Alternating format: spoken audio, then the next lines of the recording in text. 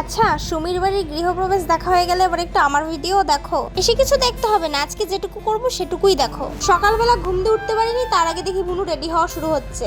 না, ও মর্নিং স্কুলে যায় না, কিন্তু হ্যাঁ আজকে ওর স্কুলে যাওয়ার আগে আবার পড়া আছে, ওর জন্য একবারে রেডি হয়ে বেরোবে, ওখানে পড়ার থেকে একবারে স্কুলে যাবে। এখন বাজে সকাল 8:30। আজকে জানো আমার সাথে কি হয়েছে? আরে জানাবো, তোমাদের জানাবো না কাদের জানাবো। সকালবেলা ঘুম থেকে উঠে ডেলিকার মতো কাজ আমার, যেটা আমি সকাল 8:30টার মধ্যে ভিডিও আপলোড দিই। আর তোমরা যারা আমার ভিডিও দেখো তারা জানো আমি সকাল 8:30টার ভিতরে ভিডিও দিই। তো আজকেও আমি সেরকমই 8:30টার মধ্যে ঘুম থেকে উঠে আমি ভিডিও আপলোড দেওয়ার জন্য আমি আগেই উঠেছি ঘুম থেকে। আমি ভিডিও আপলোড দেওয়ার জন্য সব রেডি করার পর দেখি থাম্বনেল দিতে পারছি না আমার পছন্দ মতো, কারণ আমার ভিডিও বেশি বড় হয়ে গেছে। এমনিতে তো এডিট তো মুখের কথা না, আর যেহেতু আমার সকালেই ভিডিও আপলোড দিতে হয় ওর জন্য আমি আগের দিন রাত্রেবেলা এডিটের কাজ সব শেষ করে রাখি, মানে সাউন্ডও দিয়ে রাখি, শুধু সকালে উঠে আমার ভিডিওটা আপলোড দেওয়ার হয়।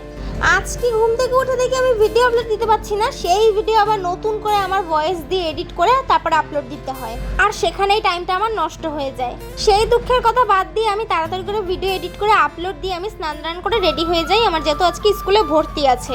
সেকেন্ড সেমিস্টার দেওয়ার জন্য আমার আজকেই ভর্তি হওয়ার ডেট। এমনিও আমার স্কুল থাকলে আমি বাড়িতে থাকি না, যেটা তোমরা সবাই জানো। আর একটা জিনিস আমি লক্ষ্য করেছি, আমি যেদিনই স্কুলে যাই না কেন সেদিনই বৃষ্টি হয়, তার জন্য ড্রেসও আমার ডেলি ধুতে হয়। স্কুল থেকে বাড়ি এসে অল্প কটা খেয়ে নিয়েছিলাম। আজকে জানো তো আমি ক্লাস অফ দিয়েই চলে এসেছিলাম, 2টো ক্লাস করিনি লাস্টের। তোমরা কারা কারা এরকম করো জানিও। বাই।